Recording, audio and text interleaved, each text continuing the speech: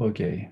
Welcome to the Mentor Spotlight series, a live conversation to explore the role of mentorship in developing the professional identity of physicians. I'm your host, Javier de la Maza. I'm a pediatric emergency doctor, and I am the co-founder and CEO of Ars Medica. We are a nonprofit organization dedicated to nurturing the personal and professional growth of physicians. And we do this by, we achieve this by building an online community and developing innovative learning experiences. Our platform provides a space to connect with colleagues and share resources on how to balance our personal and professional lives. And I'm really excited because today we have a very special guest, Dr. Meg Chisolm. Dr. Chisolm is a professor and vice chair for education in psychiatry and behavioral sciences at the Johns Hopkins School of Medicine.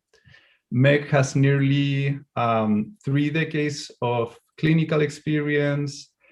She has published extensively on psychiatric disorders and humanistic medical care practice. And over the years, also, she has mentored a diversity of trainees ranging from undergrad to fellows and junior faculty in psychiatry.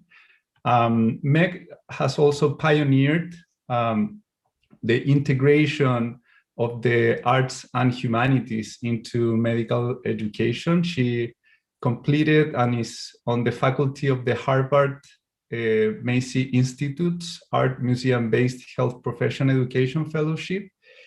And she was recently awarded 2 grants for art museum-based education on pre-health students and practicing physicians.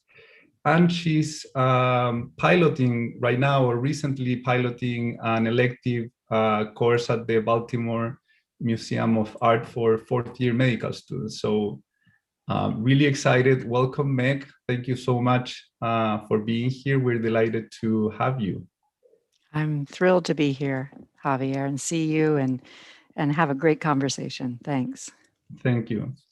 Okay, so let's start. I think we can start maybe if you can tell us a little bit more about yourself. I know I gave this large introduction, but particularly I was curious to know more about what inspired you to pursue a career in medicine. So, well, I had watched a lot of movies, a lot of Bergman movies with psychiatrists in them. And so early on, I had an interest in psychiatry, but really had no idea I was ever going to go to medical school or actually become a psychiatrist. I studied visual arts when I was in college with an emphasis on film, and was accepted to NYU Graduate School in Cinema Studies. But then at the last minute, started thinking that I wanted to do something that was more service-oriented as a career. And initially thought I wanted to be a nurse and be a midwife, and then decided, well, maybe I'll go to medical school. So, I went back to school to do that. Part of what inspired me actually was to this life of service was reading John Berger's book called A Fortunate Man. So John Berger was an art critic, and so I was familiar with his work from film and art background that I had. And then he wrote this one book with Jean Moore, who was a photographer, about this country doctor in the UK. And so that's really, I never really, that's not a really good reason to go to medical school, I guess. But that's what inspired me because I wanted to do something meaningful. And not that the arts don't bring meaning to someone's lives, but I wanted to have a kind of immediate reward and ability to see that I was making a difference. Yeah. Yeah.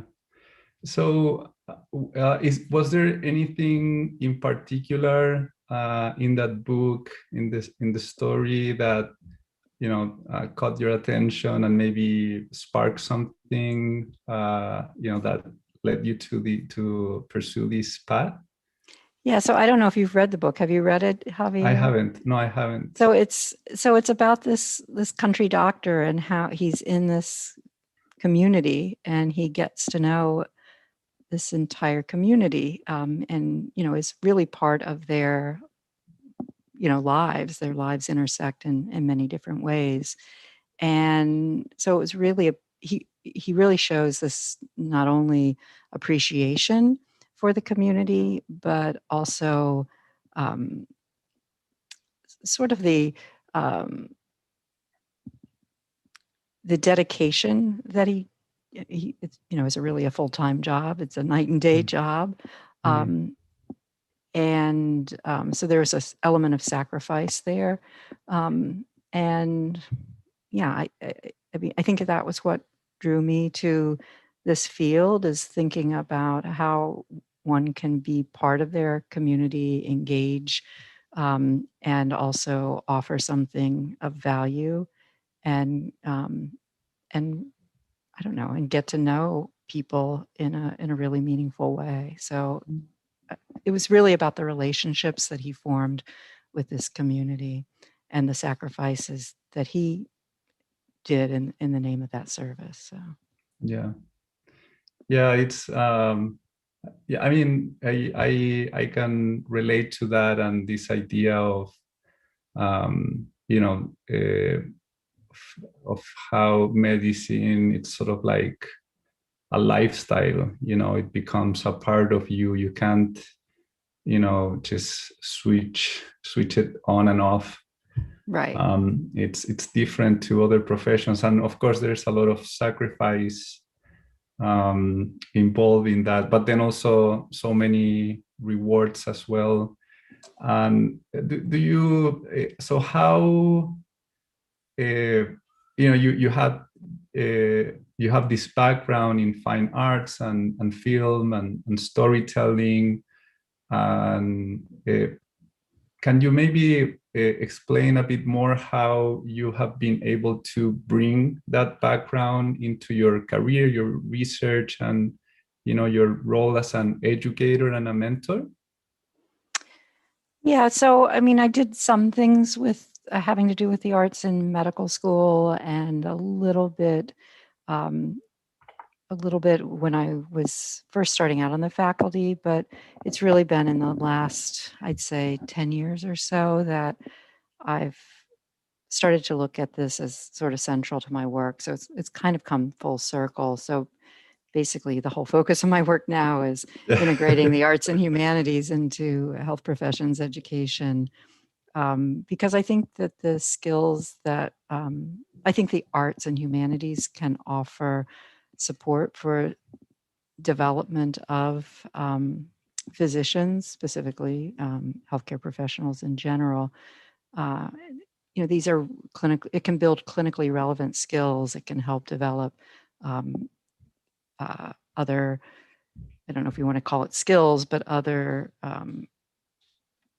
aspects of being a physician, like personal and professional identity formation or integration, reflection, appreciation for multiple perspectives, um, self-awareness of bias, things like that I think are all clinically relevant attitudes or skills.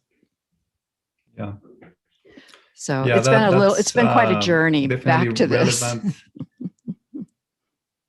this. Yeah, but I love how it's you sort of like it went back to your roots, and were finally able to apply maybe these ideas and your interest and the knowledge that you gain in college to innovate medical education, which is definitely something that we need given the complexity and the challenges that we're facing today. Yeah. So moving on, I wanted to ask what do you think are the qualities that make up a good physician? Well, I think I've alluded to some of them. I mean, I do think an appreciation for relationships is really important. I mean, I think being a physician is all about forming relationships with our patients and with our team members. So, so I think that's important. I think recognizing that it isn't just a job, that it does involve sacrifices, is important. I think being humble is really important. Being tentative in your kind of opinions or ideas, being willing to revise your ideas, very important. So yeah, I think there's um, a lot of personal characteristics um,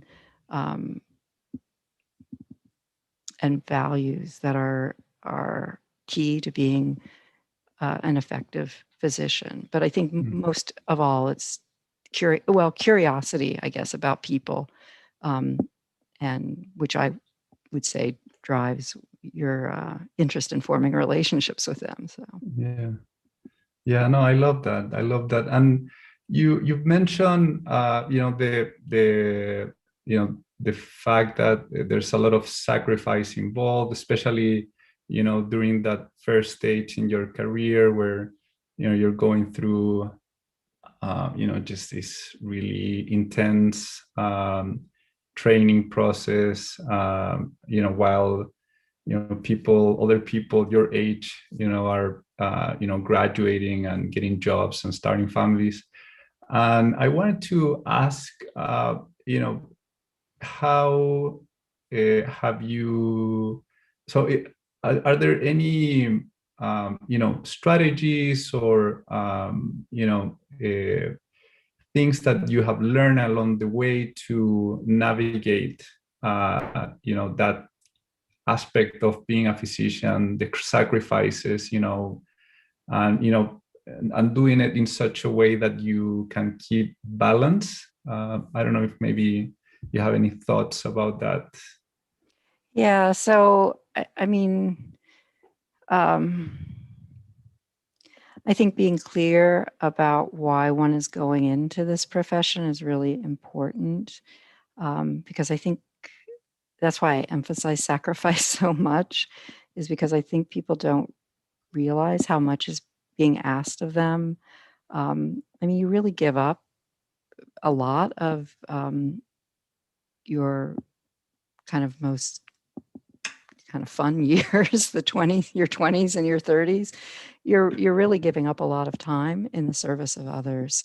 So I think being very clear that that a lot is being asked of you is important. So I think people who enter the profession and don't realize how much sacrifices it entails can sometimes be surprised and maybe frustrated with some of the things that they're being asked to give up. So I think knowing what you're getting into is really important. And then, for me, I found it really helpful to put the focus on, yes, I might be going through some rough times or enduring some long hours or having to work weekends, which I still have to work. But,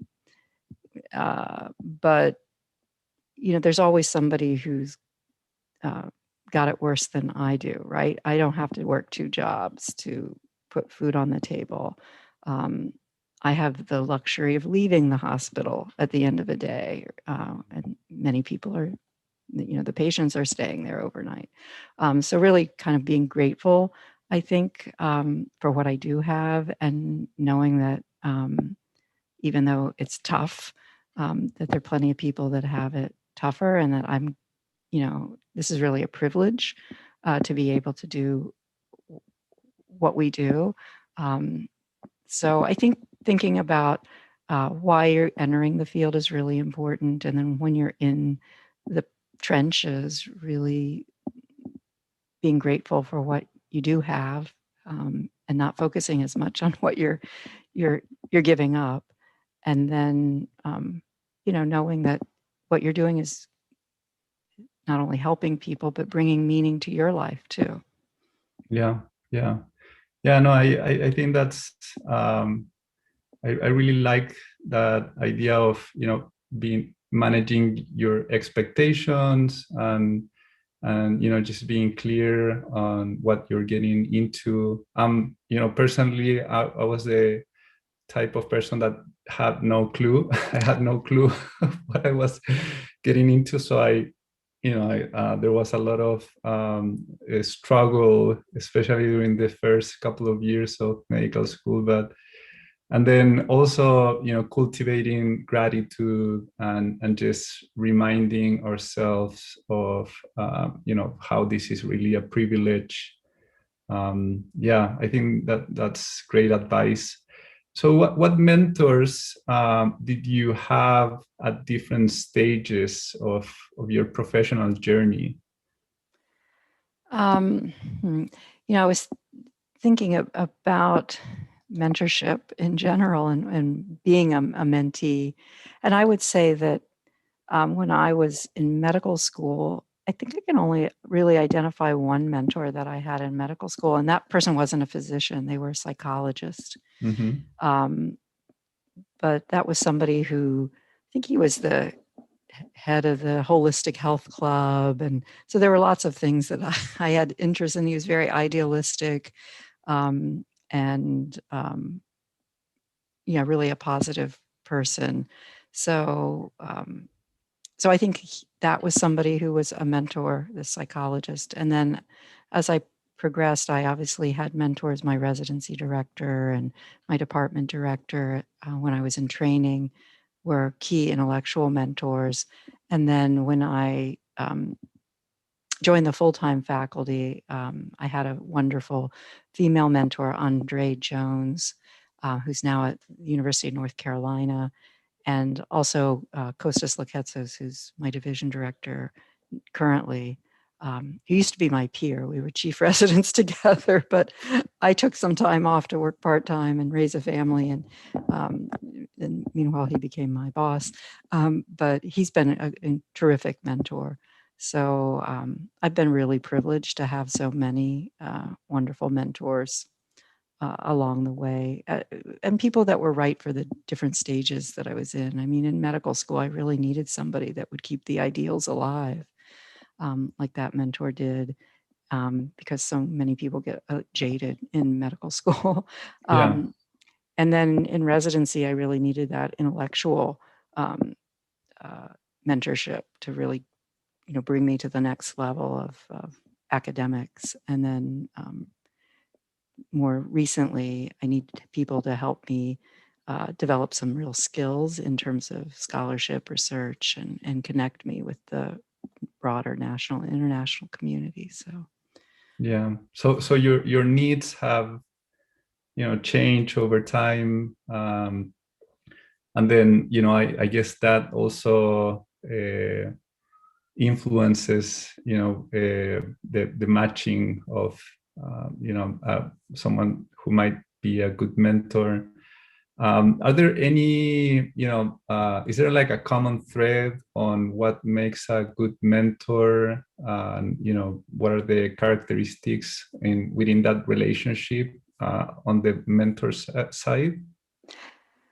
yeah, I mean, I do think that I think this listening, having somebody that actually is listening to what you need at the time and is responsive to your needs is really important. I mean, I've had bad mentors. I won't focus on them right now, but what I think is not helpful as a mentee is when somebody has one way of mentoring everybody, and then they apply that to you without knowing if that is right, if that's meeting your needs. So, I think a good mentor listens, gets to know their mentee, and is appreciative of their strengths, and gives them the opportunity to fully develop those strengths, and doesn't try to to put a square peg in a round hole, or apply their usual mentorship strategies or recommendations to you if it's not a good fit. So I think listening, a mentor gets to know you as a person and really listens to you, can appreciate your strengths, and can address your needs. Yeah. Yeah, I guess that also requires, a lot of generosity as well. Yes. Yeah. So, and I think, yeah. And I think about mentors and sponsors too. So there's this idea that you can have mentors who are also sponsors, but then you can have people that are more sponsors than mentors. But, you know, so I think of a mentor who's sponsoring me as somebody who is, say, offering me an opportunity to, participate, even if I don't really have no experience at all, to participate in leading a workshop with them, or to show me how to review an article for a journal, or who is generous in their authorship, and willing to sacrifice their place as first author, and so that their name isn't first that shows up on the paper, if I'm the one that has done most of the work. So, there's a lot of generosity involved. And I think that's true for mentors, but especially true if the mentors are sponsoring and are actually passing on opportunities to you. Yeah. That's sort of like a higher level of generosity. So thinking about your role as a mentor, and you have had over almost 3 decades of of clinical experience, and I guess you have had the opportunity to mentor also a lot of people. How would you describe your role as a mentor? Has it changed over time, and what are sort of like the things that you try to bring into that relationship? Yeah, so I mean, I don't give much thought to how I mentor, I must say. I think, I'm just, again, I am a curious person. I am a psychiatrist. I am interested in people, and so really that's what kind of drives my mentorship, is kind of being curious about what somebody wants, how I can be helpful. I mean, usually that's how I start every conversation with a new mentee is, how can I help you? Kind of hearing about what they need, what they want, and either providing that myself or connecting them with other people who, might be able to help them with these various specific needs. I love mentoring. I especially love mentoring people who are underrepresented in medicine, and women who are underrepresented in leadership, and underrepresented at higher levels of academic medicine. I don't know. It's rewarding to me to see people blossom, and especially if they go further than I am able to go. I feel like it helps me feel like I'm doing something meaningful, to see somebody else, be able to make such a difference in the world. Yeah. So I guess there has to be also some shared values between mentor and mentee at some point. Has there been any any particular mentee that you feel proud of, and that you're happy to see how that person has evolved and grow over time?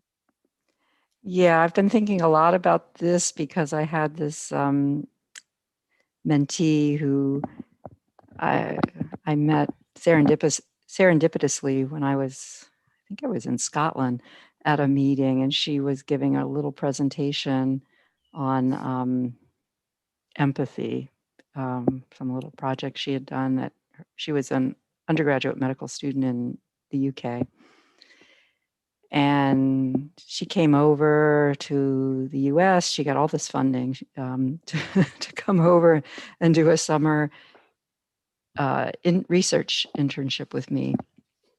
She was going to be a psychiatrist at the time, but obviously she was very early in her career. She hadn't done her foundation years training or anything. So anyway, so we wrote a couple of papers together. She was first author on my second highest cited paper, which was a systematic review of empathy in undergraduate medical education. And she decided not to go into psychiatry, and went into emergency medicine, and was working and working. But now she's like a phenomena on social media. Dr. Sammy Bat Rodden is like this.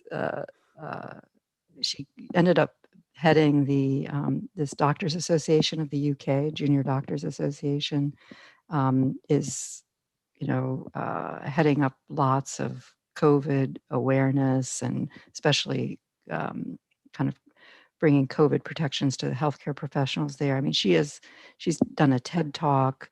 I mean, she's like an international phenomena, and I couldn't be more proud to have any role in her development as a physician. So, yeah, she's amazing. That's So beautiful.